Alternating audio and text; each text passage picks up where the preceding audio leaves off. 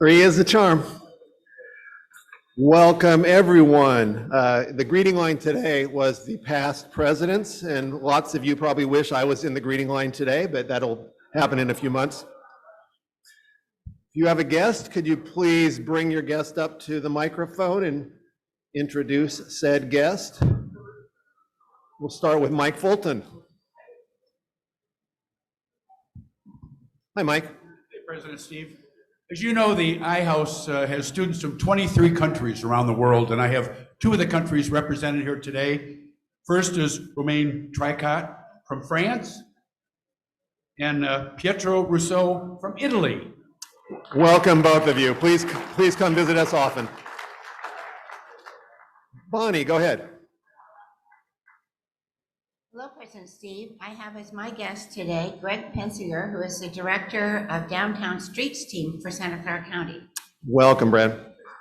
Downtown Streets Team is an incredible organization. Thanks for your really good work. Brad Barron. President Steve, I have Matt McDonald of OC McDonald, Senior Vice President there, company that started in 1906, and the son of our member, Jim McDonald.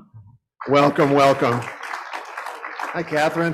Good afternoon, President Steve. It's my pleasure to introduce Richard Soroyan. Richard is a program coordinator with the Veterans Resource Center at San Jose State University. So, Richard, are you related to the great William Soroyan?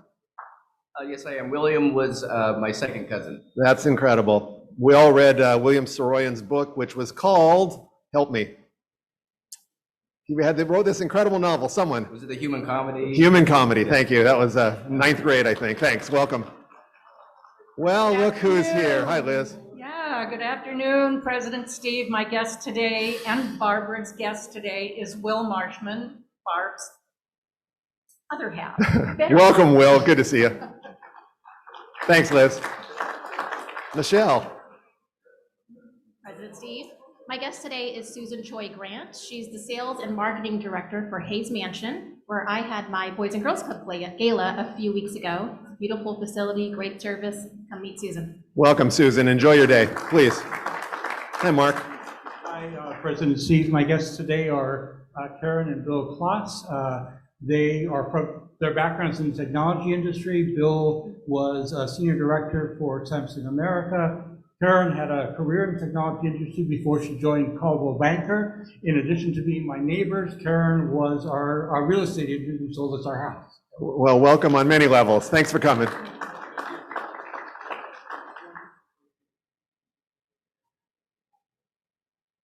Hi, President Steve and everyone. Hi, too.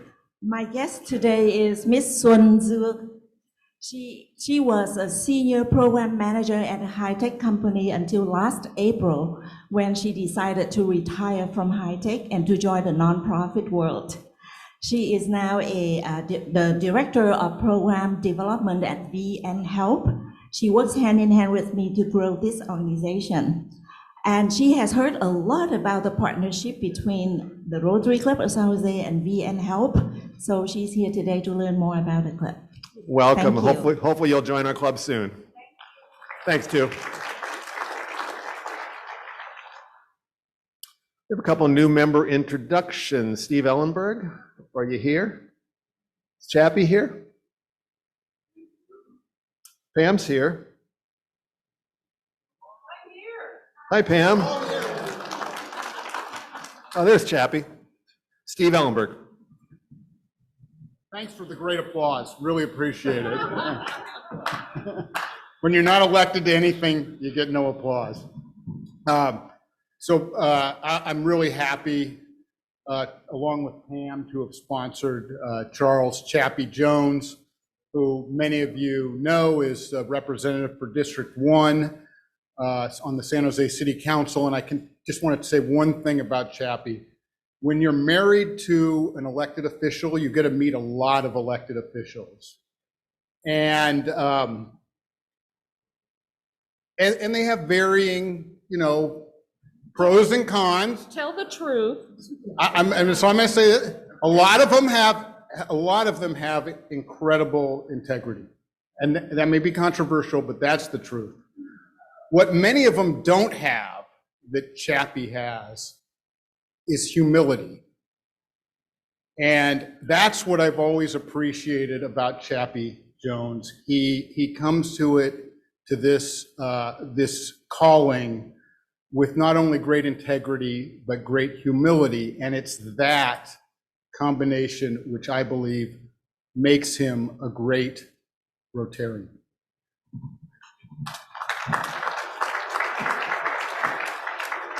And I'm just going to add briefly, I think the world of Chappie Jones, and I'm really sad that he's terming out of his city council job. So I'm mounting, is Matt Mahan in here? I'm mounting a write-in Chappie Jones for mayor, so he'll be around again.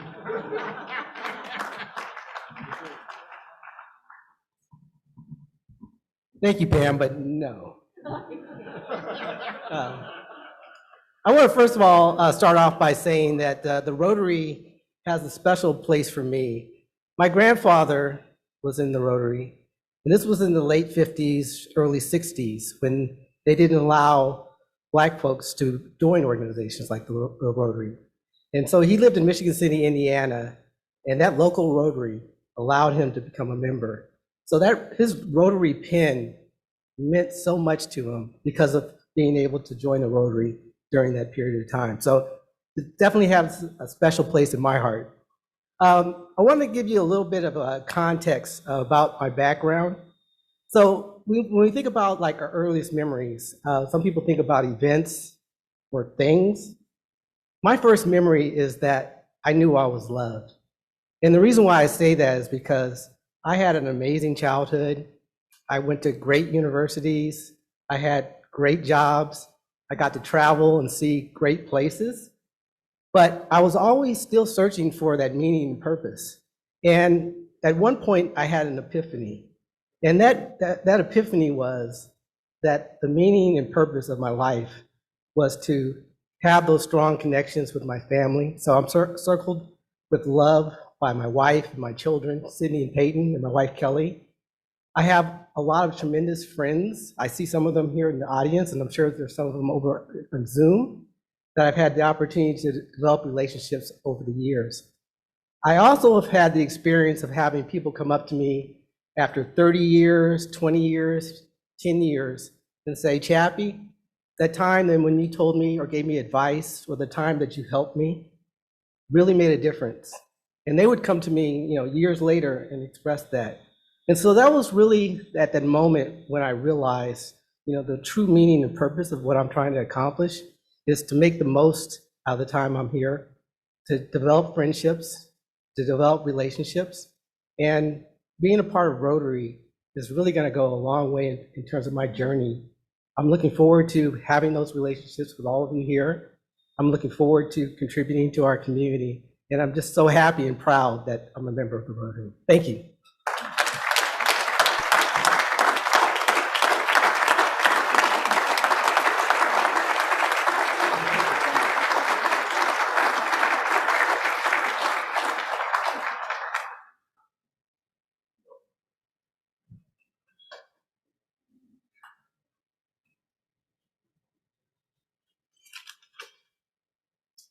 I'm a member of the Chappie Jones fan club.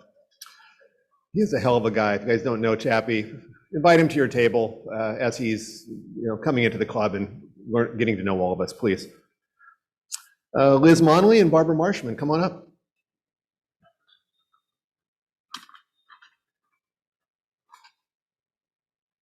So Barbara's another new member. I've known Barbara for many years. I'm really thrilled that she's in the club, and Liz will introduce her.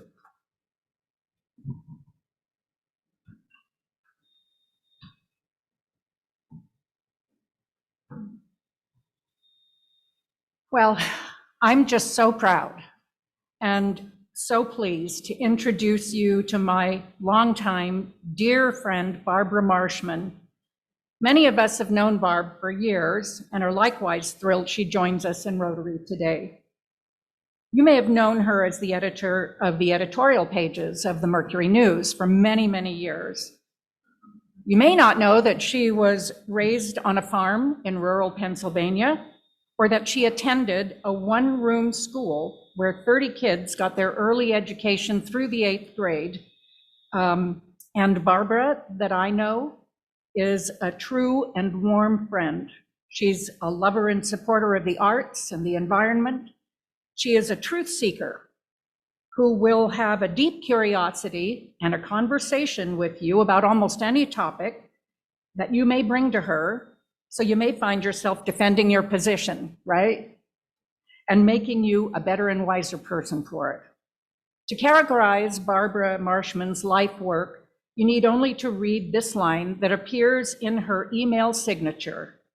First, they came for the journalists. I don't know what happened after that. Barb?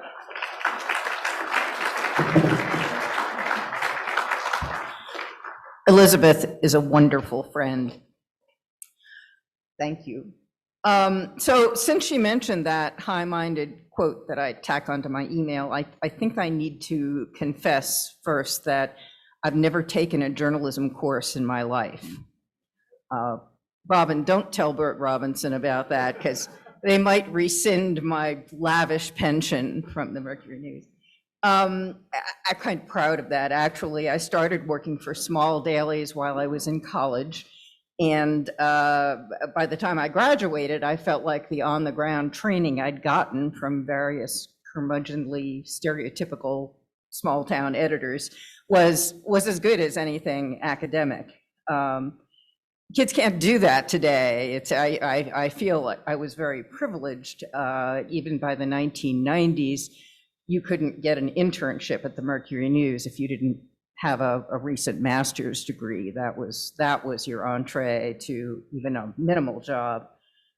My ticket to the big time was winning a fellowship to Stanford in 1987 when I was managing editor of the Pottstown Mercury. Pottstown is about the size of Morgan Hill. My class of about 18 fellows was mostly high-powered television and print journalists from around the world.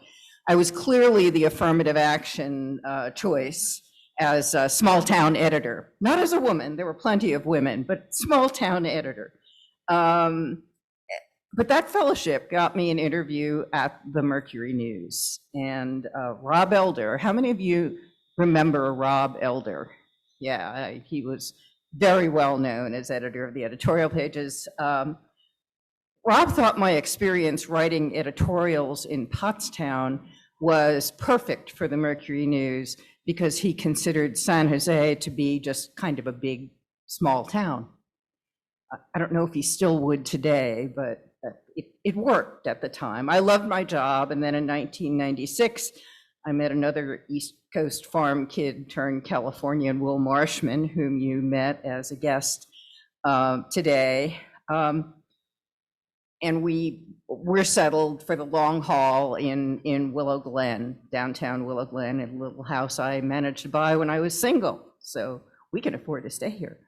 After I left the Merc in 2018, I did a little consulting, including for the Open Space Authority, which was closing its deal on Coyote Valley. That meant a huge amount to me because for 30 years I had hoped to preserve the valley. But as COVID set in, I realized I needed a new way to make my life meaningful during retirement. And there was Elizabeth, who had been relentless over the years to begin with. I've been to countless Rotary meetings. Elizabeth, Shirley Lewis, lots of folks would drag me out of the office at lunchtime occasionally. And now I have this recurring nightmare that bill collectors are at my door trying to collect on a couple dozen years of Rotary dues. But I'm here now, it's okay. And I look forward to being officially part of you and finding new ways to contribute to this community. Thank you all for welcoming me so warmly.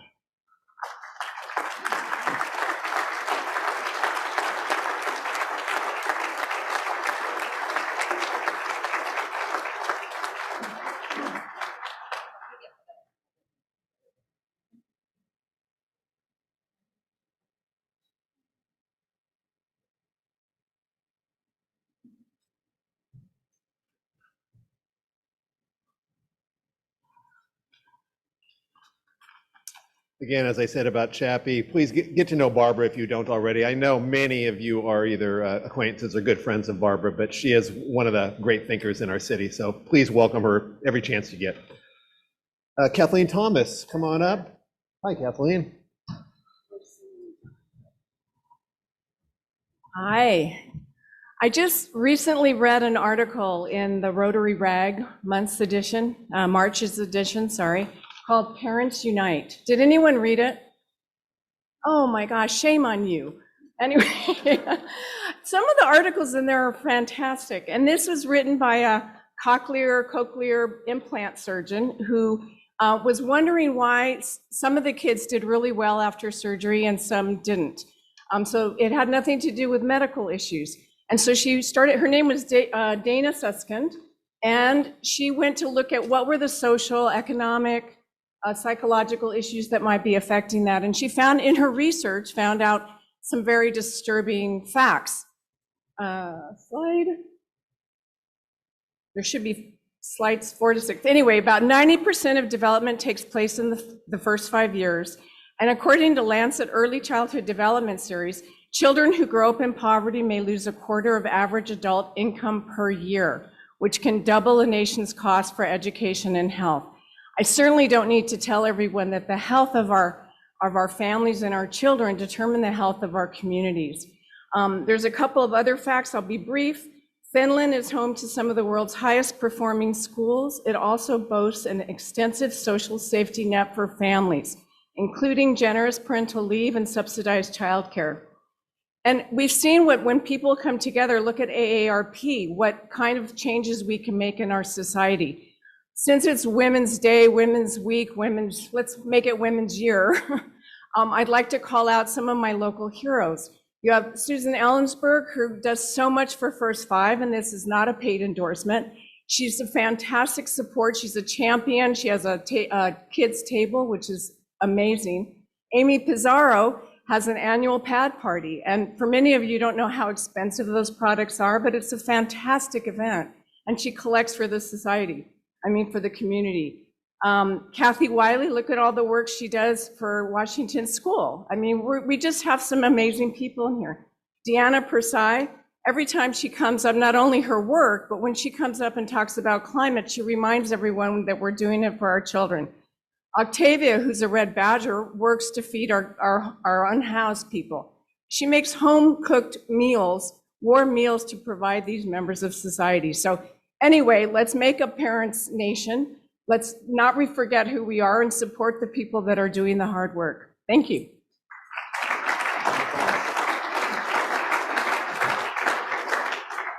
Thank you, Kathleen. Vincent Zeri is going to bring us up to speed on the next big project.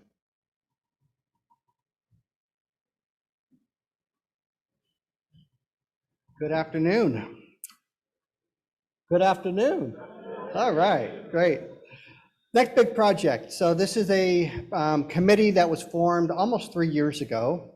The committee is kind of calling this the never-ending project because it seems to go on forever and ever. But we are really kind of excited to tell you that we're making some progress here, as you know, in a different direction.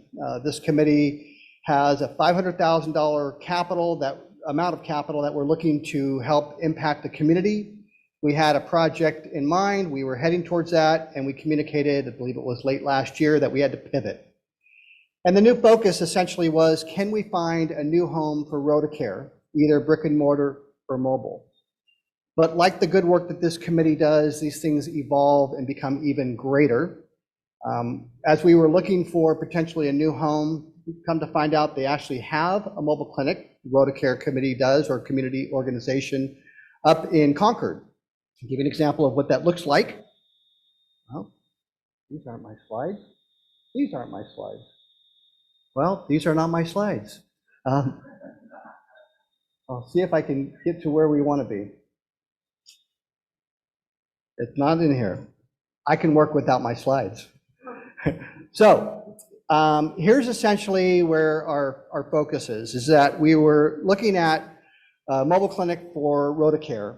And as good Rotarians reach out to us and do work in the community, I was contacted by Mike Block, and he said, Vince, if you guys are pursuing a mobile clinic, and that mobile clinic is really going to operate maybe a couple days a week, wouldn't it be nice if this capital was going to have a greater impact in the community and we can operate 3 or 4 nights a week? So the new evolution of this project essentially is the Rotary Mobile Health Clinic that will have essentially potentially 3 organizations working out of this, could be up to 5 nights a week. And we would have a managing partner who currently we're interacting with the Catholic Charity Foundation to see if they might be involved with this. Sorry, the Catholic Community Foundation of San Jose. So without my slides, I'm kind of stumbling here a little bit, but in any event, we're making great progress. We'll come back to you with updates. Probably the most important thing I do want to update you on with respect to the project is the previous project that we were working on. The intent was to essentially have an impact on a dog run. It was a very, very small piece of the project. We had to terminate that project, but in terminating that project, that piece still came together. The dog run at Home First has actually been completed with the help of a grant from the Community Foundation of our club, the help of JJ Albany's, the Pause to Consider Committee, and a couple of our committee members, Terry Chapman and Patrick Frawley. So glad to see at least we had some impact on the previous committee. We'll give you a more thorough update on our project in the future. Thank you all.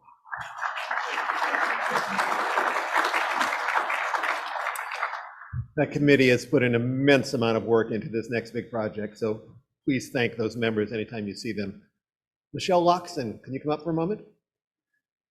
So I came up with this idea of people sharing not when they joined our Rotary Club, but when they had their Rotary moment, or when they, in essence, became a real Rotarian.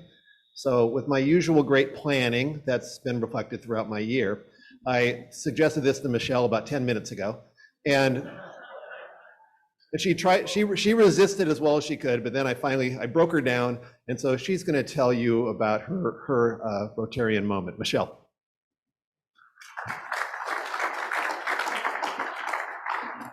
Hi, everyone. The last time I was up here, I think I was promoting the gala, so this is nice. So I moved to San Jose in 2013 during a really big reorg with the American Cancer Society.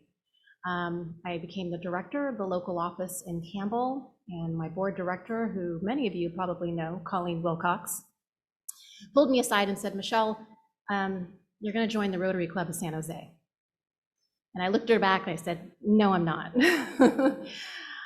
I have my perceptions, right, of Rotary. I've been to a couple of Rotary meetings throughout the state with my work. And I said, no, it's not for me. And Colleen was my boss, so she said, no, you're gonna join Rotary. And she said, you can't get acclimated into the city of San Jose and this community if you don't. And so she found me a sponsor with Rod Diardon and Gay Crawford. And I attended my first meeting. And from day one, Rotarians have been super welcoming and kind and generous. And week after week, it was the same thing. Everyone's super kind, super generous, super nice. And when you couple that with being able to do service in the community, that's when I knew that I was a Rotarian. So thanks for letting me share my story.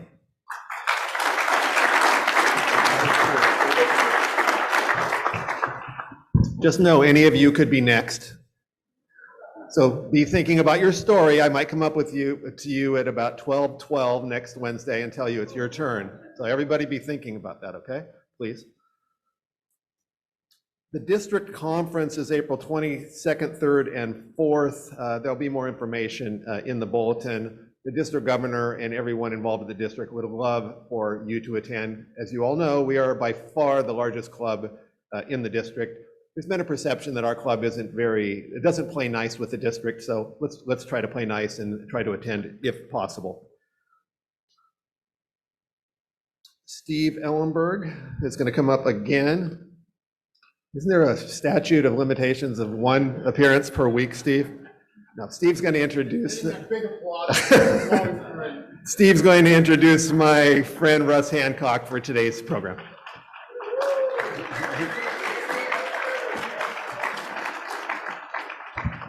Thank you, and it's a pleasure once again to introduce Russ Hancock as our speaker. We won't talk about what happened the last time, but we're really glad to have you back, Russ. As many of you know, Russ is the president and chief executive officer of joint venture Silicon Valley, which he was recruited to lead in 2003. Joint venture builds the framework for regional thought, analysis, and action by assembling Silicon Valley's leaders in business, government, academia, labor, and the nonprofit sector to assess our challenges, reach consensus on the best strategies for response, and work on solutions together. This led Russell to found the State of the Valley Conference, which brings together, many of you know, leaders from all areas of our community to create open dialogue about the Valley's challenges and opportunities. During the pandemic, Russ helped pivot joint venture Silicon Valley to address the most important challenges facing our region, including food insecurity, economic sustainability, and wireless access. Now, I asked Susan, who is a board member of Joint Venture Silicon Valley, what were some of the qualities that she admired most about Russ Hancock? And she told me, one, he is a great listener. And not only that, he has incredible capacity for self-reflection, both personally and for his organization, which has really helped with its work during the COVID pandemic.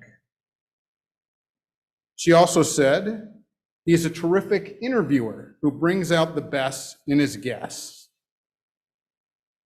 Susan said, number three, she admires the way Russ elevates his staff, investing those who work with them with agency, work with him with agency and credit. And number four, something we were both came to appreciate during the pandemic. Russ is an incredible concert pianist who helped us get through COVID with his wonderful Facebook posts, 66 of them, providing songs of comfort in which he introduced the piece and then played for us on Facebook. And it's still worth it to go back. So if you're not Facebook friends with Russ, I highly recommend it. And it's a pleasure to welcome back to Rotary, speaking live, Russ Hancock.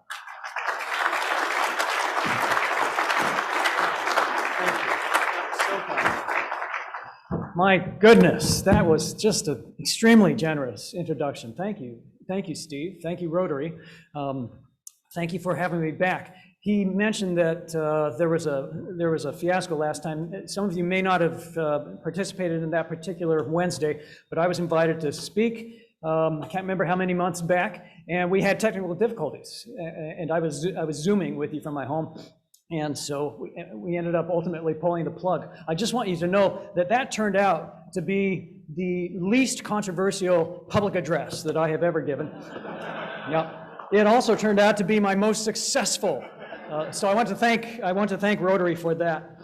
Now, I understand that it's my assignment today to help you understand what's going on with Silicon Valley as of right now, this moment. So I am going to plunge immediately into it, and then I'm very much looking forward to dialogue. We'll have some time for questions. But I just want you to know that what you're looking at here on the screen, and by the way, I want to say hello to our Zooming audience as well. Thank you for joining us as streamers, and I'm honored to speak to the entire audience, both remote and local. So here we are, looking at Silicon Valley from space, and I just want to say that what you're looking at here is the most successful regional economy in the history of regional economies. I just want to be very clear about what we're talking about. And I mean that in a neutral and in a clinical way. There's never been a place on the planet, in the history of the planet, that has sustained so much growth and expansion over such a long period of time. There's never been a place that has exhibited so much innovation, so much entrepreneurship, so much company formation. None of those things have happened anywhere else on the planet to the same degree.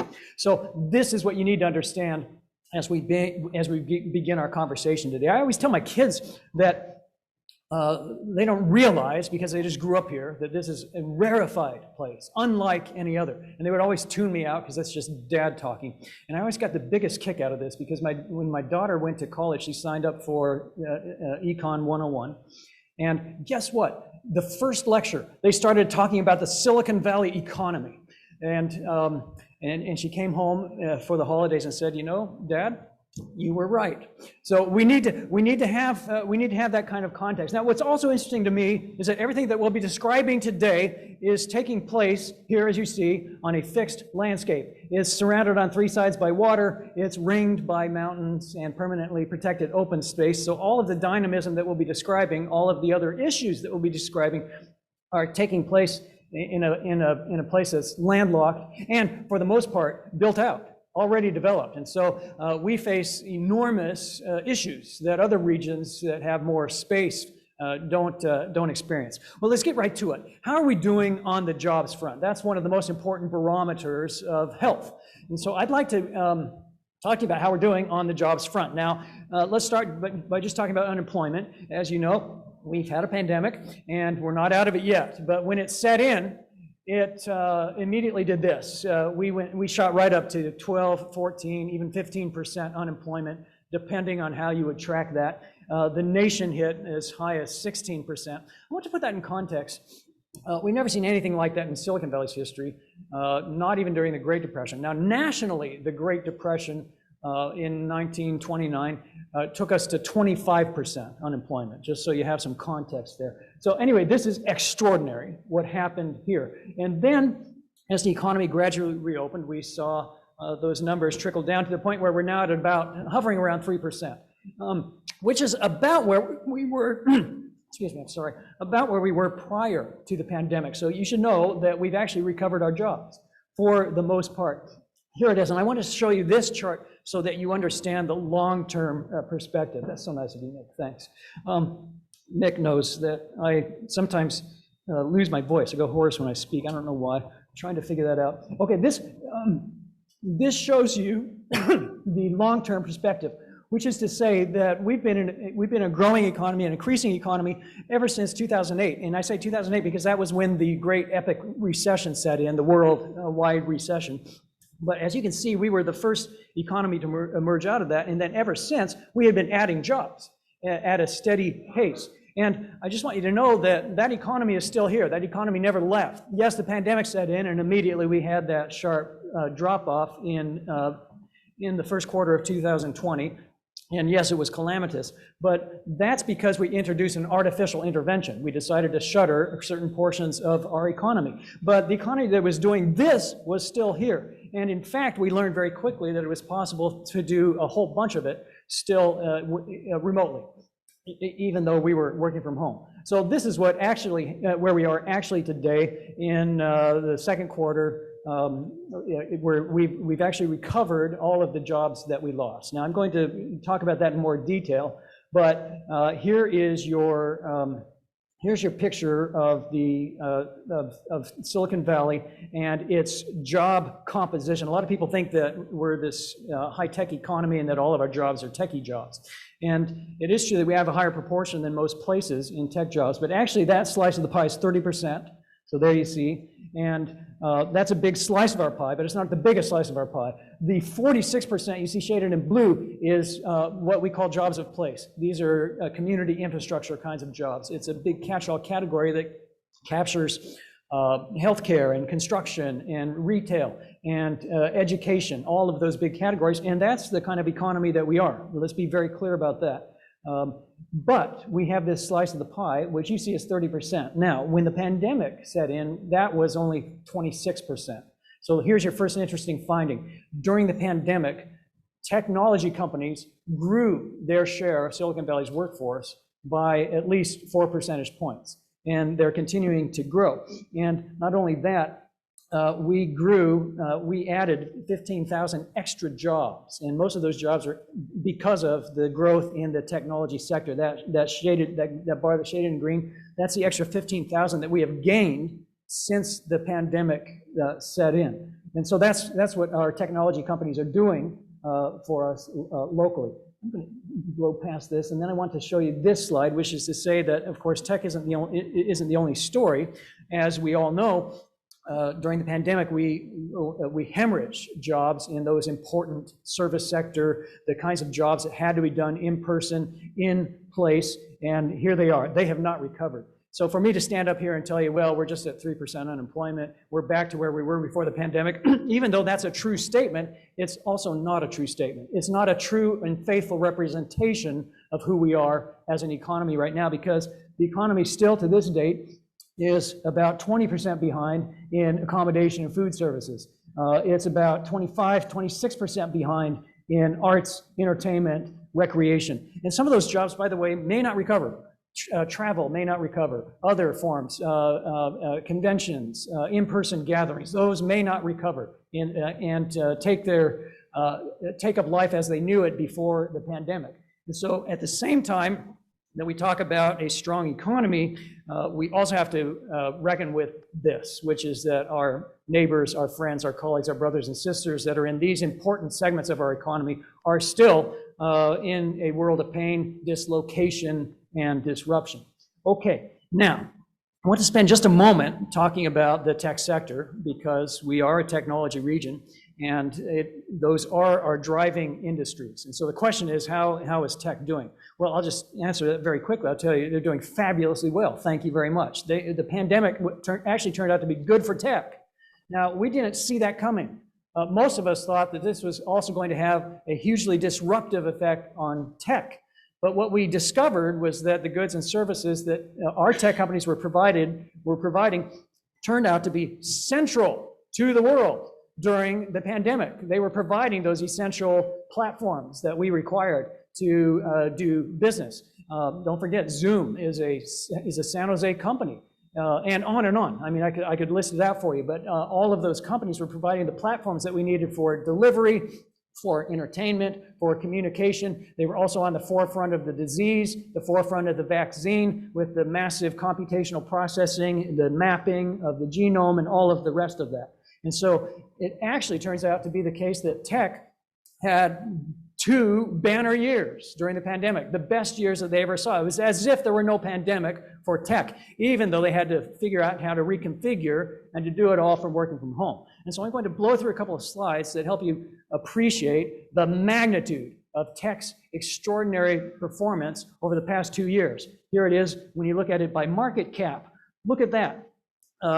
After falling a few points, it blew up to 14 trillion. Remember, the market cap is all of the value of all of the shares of all of the publicly traded companies.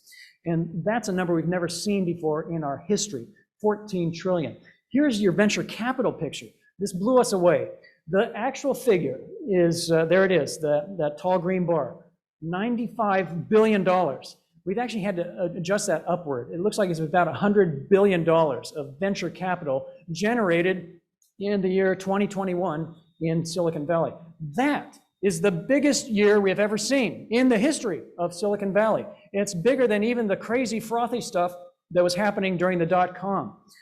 That's a number that just completely blows us away. We didn't expect anything like that. And by the way, you might be interested where all of that venture capital is going. Well, it's going into the same old things that we've come to expect: communications, mobile, software, architecture, all of those things. But I also want you to know that there's some very interesting emerging categories, including sharply increasing investments in biosciences, biotechnology, and transportation. Transportation is becoming a major driver in Silicon Valley, and it's a large category that includes the autonomous vehicles, drones, and other futuristic forms of transportation. Now, I'll just speak very quickly here.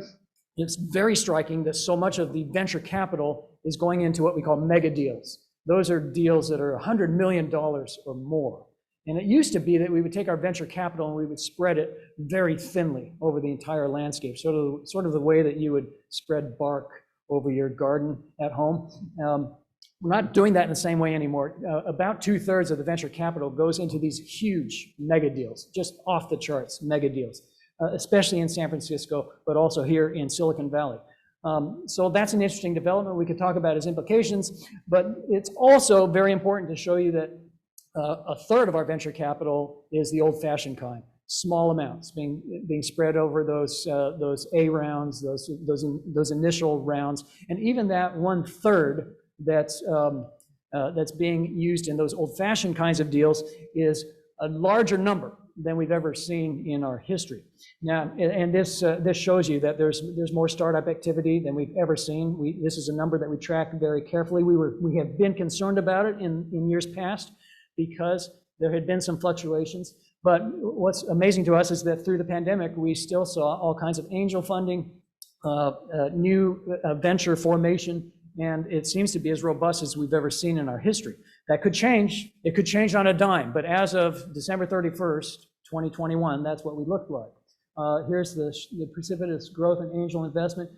We had 32 IPOs in 2021. That's a very robust number for Silicon Valley. Here's our unicorn picture. You probably know this, but a unicorn is a private company, not yet public, and it's valued at more than $1 billion. And we used the term unicorn because we thought that was such a rare thing, a mythical thing, practically. But it's no longer the case. The term is no longer apt. We're going to have to coin a new term because in Silicon Valley, we actually have hundreds of unicorns. And we started talking instead about decacorns. And in Silicon Valley, we also have 17 decacorns. It's a bigger share than any other place on the planet, and that continues to be the story. We're still building. We thought there would be a sharp curtailment, and there was for a period as we were figuring out new protocols and how construction could proceed under pandemic conditions. But what's very telling is that that the construction continued, and we're seeing plenty of commercial development, but we're also seeing huge amounts in the pipeline. And this is significant. The big tech companies, Google, Facebook, others, they did not retreat from their leases. They are continuing to execute leases. They're continuing to buy up properties. They're continuing to invest, in other words, in Silicon Valley. Larry Stone likes this slide. He always enjoys seeing this slide. I want to say a quick word about income, and then we'll transition to the other piece about Silicon Valley that I want to spend even more time on. Here is our income picture. This is, of course, also a very important barometer of health. So here's our average annual earnings, and I just want you to understand what's happening here. This shows you that the average annual income in the United States is about $70,000. In Silicon Valley, that number is $170,000. That's extraordinary. Now, averages don't tell you the whole story. In fact, averages are misleading because we have so many high earners in our region. But medians do. And so here's what it looks like when we look at median household income instead. And remember, median means that half are above that number and half are below that number. So it's that breaking point. And look at ours. 138,000 is the median household income in Silicon Valley. The national average is 67. So consistently, we seem to be double national averages. That tells you something about our region. It tells you that there is something to this notion that this is a place where you can come and pursue a path to prosperity. But we're going to talk about this in more detail. This is a picture showing you how our income breaks down. And rather than going to it with the granularity, let me skip right to the headline. We are a bifurcated region. We have the nation's most starkly pronounced wealth gaps. In Silicon Valley, the top 25% of earners account for 75% of the wealth.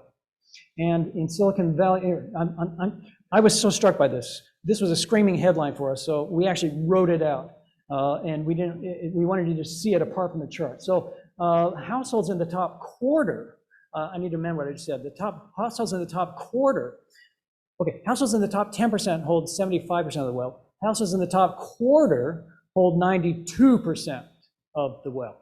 That's extraordinary.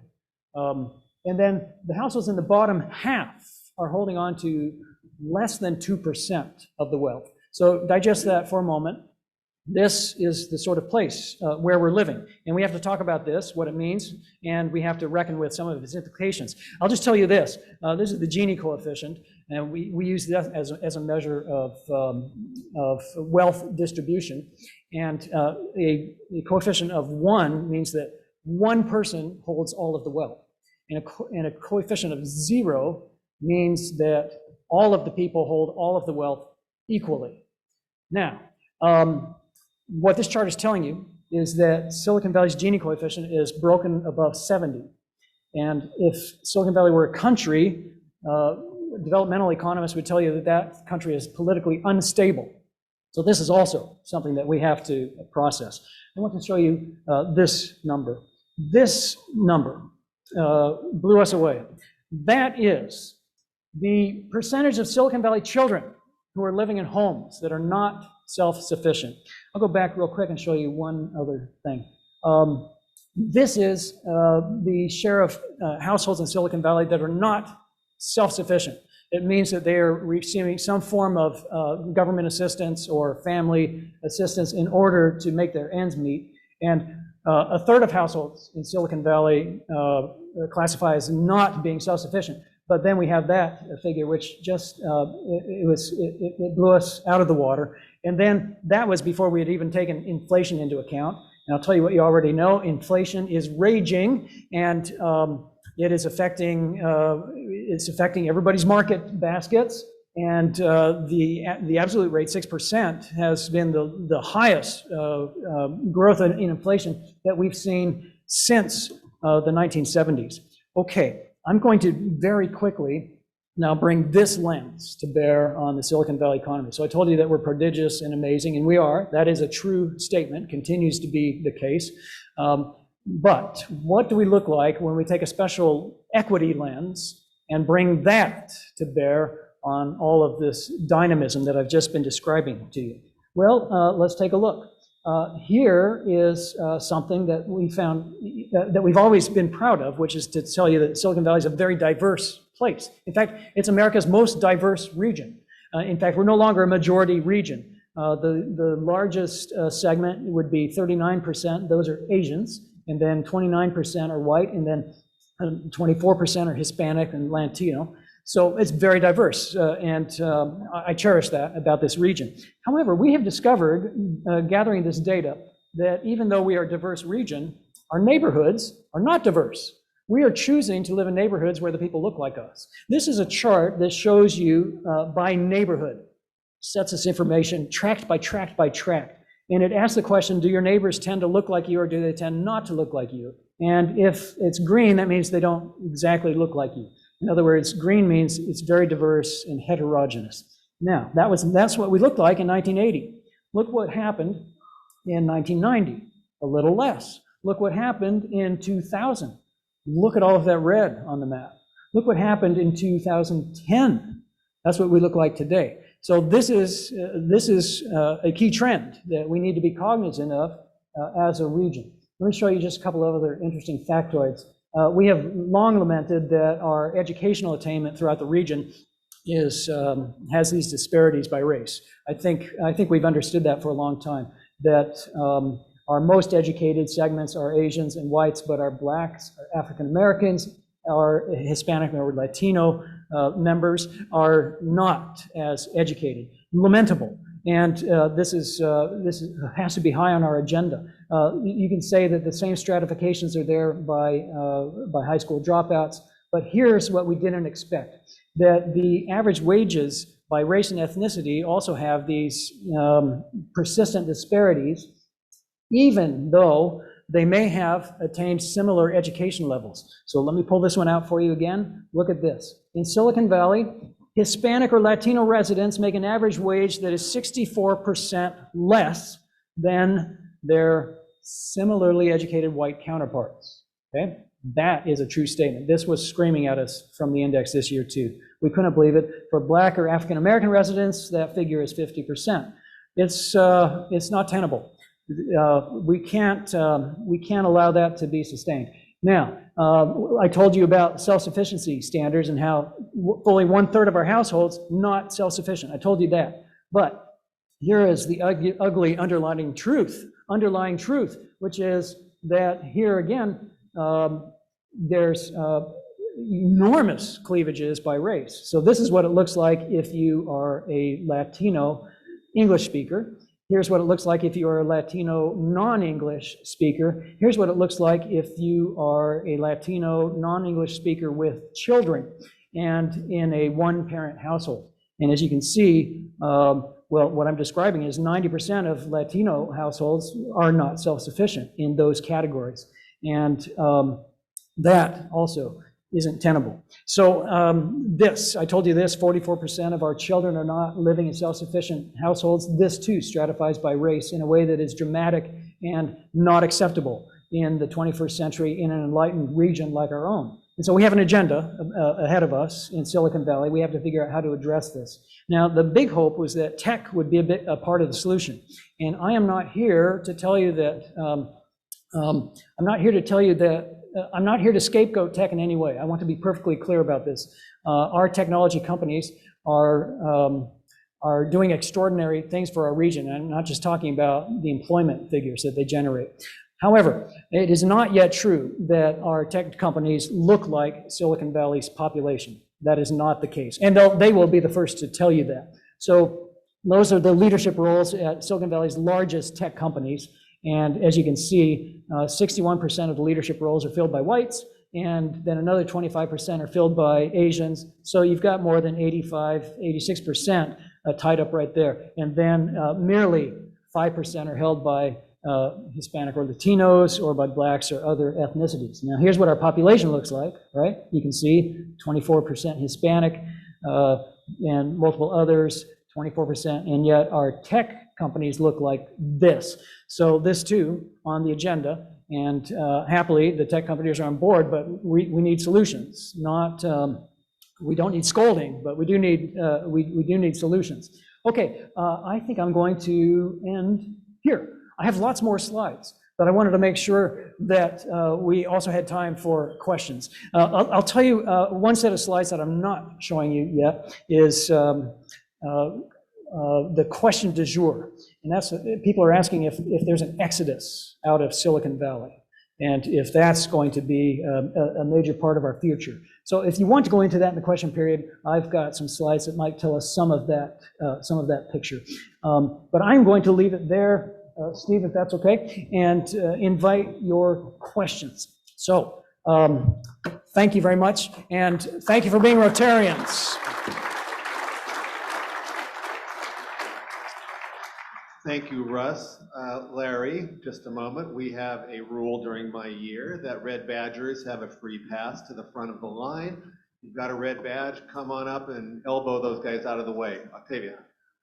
My question is, how do you recruit African American to Silicon Valley? Yes. Because the percentage I'm seeing is very, very little. Yes, it is. Yes, I don't think we have good answers to your question yet. The answers are yet to be found, and I don't mean that as a dodge in any way, but we have work to do, and I'm glad that you're calling us to it.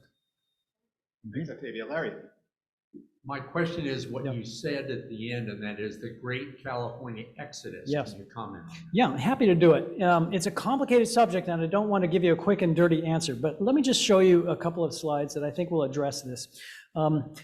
Here's the first one. We are, in fact, seeing population decline, but that's because, first of all, declining birth rates, and that reflects changing social values and mores. So that's the first thing. We're having less children. The second thing is that our death rate is increasing. Isn't that interesting? COVID, people don't realize, third leading cause of death in Silicon Valley. So declining birth rate, rising death, and our population is declining. Then the next thing you have to understand is that there are fewer people coming into Silicon Valley. So lower births, more deaths, less people coming here. Why? Because for the past 4 years, the Trump administration was extremely inhospitable to people coming from other places into our country. So there you see it right there. Now, On top of all of that, we are seeing out migration, and the number was 40,000. So this chart is telling you that 40,000 people left Silicon Valley last year in 2021. You might think that's a big number. It is. That's a big number. But we also have to understand this number. 40,000 out of 3 million people, 40,000 out of 1.5 million jobs. That's actually a fractional percentage. So that's what we're talking about so far in terms of an exodus. And by the way, those 40,000 people, it is not clear to us that their job left Silicon Valley. At least half of those, we estimate, are still working in Silicon Valley. It's just that they're working remotely. And we do know that these 40,000 that left actually went to other parts of the Bay Area. They left Silicon Valley, but they went to the perimeter of the Bay Area where housing is more affordable.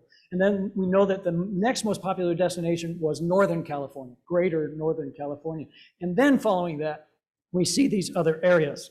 They went to, they're going to Seattle, that was the first one, then to Phoenix, then to Portland. You keep hearing about Austin, you keep hearing about Miami.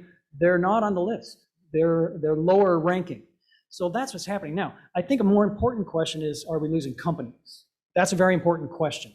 Not just people, but are we losing companies, company formation? Well, I just showed you lots of charts showing you that we have remarkable numbers there. And it is true that we've lost some companies, but guess what? That's the number. We lost 4 companies. We've lost 4 companies since the pandemic set in. And they all have personal stories, backstories that seem to be particular to the CEO himself, and they are all male CEOs. Yeah. So yes, we lost, I want to say we lost 4 really cranky billionaires. That's what we lost. Now, this is significant. Those are the companies, by the way. Their workforce is still here. The CEO left. The employees are still here. And they're actually expanding. Tesla is expanding. HPE expanding. Oracle is still there out there at Redwood Shores.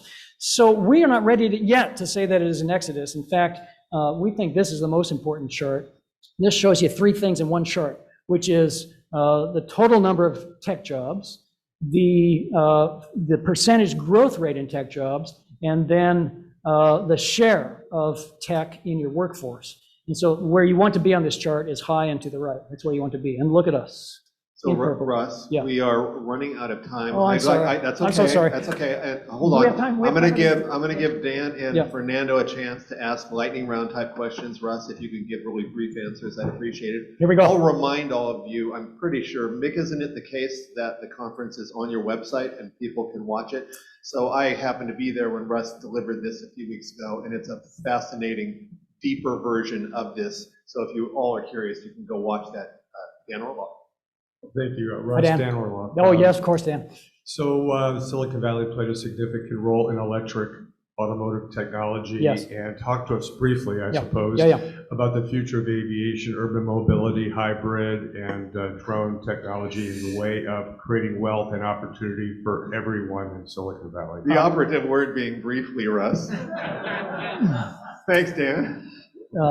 Dan, everybody, I'm actually excited about that sector. I think it has tremendous potential. I used to think it was, crazy stuff. It's not. It's attracting all kinds of credible investors, venture numbers, and some of them are large companies themselves, like Google among them. So we are talking about flying cars. It sounds like the Jetsons, but the technology is there. And the opportunity is there, and I think it's no accident that Tesla was a Silicon Valley company, and it took a Silicon Valley company to disrupt Detroit in this realm, and I think that will continue in these other areas. That's my lightning round version. Yes, sir. Thanks, Fernando. Yeah. Fascinating facts that you presented. Yeah. Something that you seldom ever hear about is the requirement or request for an improvement in the quality of life. Yes. And that's happened because since I've been in this state, we've more than doubled in population. I don't know where the water is going to come from to meet the demands that all of these jobs that we're talking about. Is there anyone thinking that maybe we should put the brakes on population expansion? And if anyone can answer that in 15 seconds, it's my friend Russ Hancock. We need to address water. I want to be very clear about that. Water is a looming crisis. In fact, the crisis is already here.